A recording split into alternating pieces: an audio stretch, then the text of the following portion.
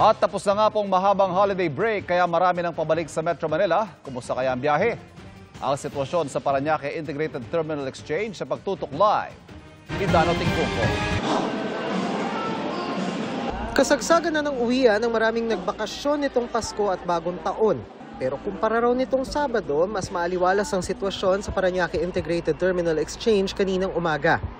Dapat nung sanang 4 pa, kadaing tao. Nakikita namin sa TV, puno-puno ito eh.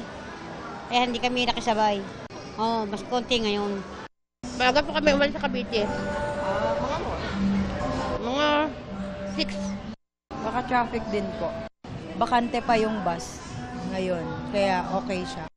Sa mga daraan naman sa SLEX at NLEX, nag-abiso ang Toll Regulatory Board ng posibleng pagdami ng mga magsisiuwian mula hapon hanggang gabi.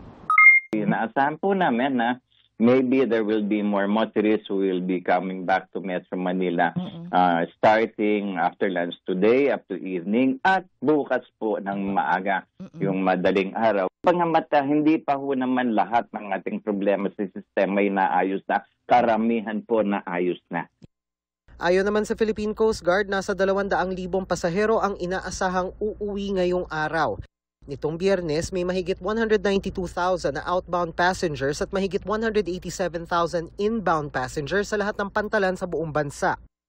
Despite the similar number of vessels na nakadeploy doon sa mga area na yon, ay tuloy-tuloy yung biyahe. Pag natapos sila mag-loading, ay pinapayagan na rin natin silang makabiyahe para mabilis. Sa Bicol, maayos na ang daloy ng trapiko sa ngayon sa Andaya Highway sa Camarines Sur maliban sa konting pagbabagal sa ilang bahaging Bako-Bako at Kinukumpuni pa. Sa Quezon, dagsa na rin ang mga pasahero sa ilang bus terminal. Mabigat din ang trapiko sa Malikboy, Pagbilao, Quezon, Calawag at Lopez dahil sa mga lubak sa highway. Sa Oriental Mindoro naman hanggang nitong alas 12:30 ng hapon, nasa 176 na sasakyang patungo sa Calapan Port ang stranded. Karamihan sa mga motorista ay patawid sa Batangas Port.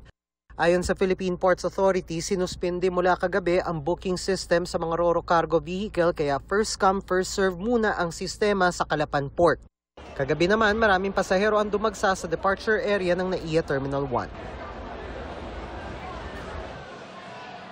At Ivan, PSA tayo dun sa mga pasahero na ngayon o mamayang gabi o siguro mamaya madaling araw yung biyahe na biyahe nila na magmumula dito sa PTEX. Asahan na ninyo na medyo matraffic ng konti papasok dito, matraffic konti papasok dito sa mismong terminal at marami mga pasahero dito sa loob mismo.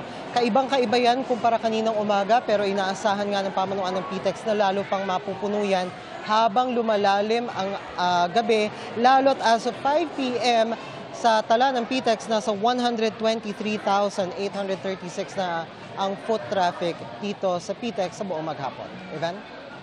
Maraming salamat, Dano Tingkungko.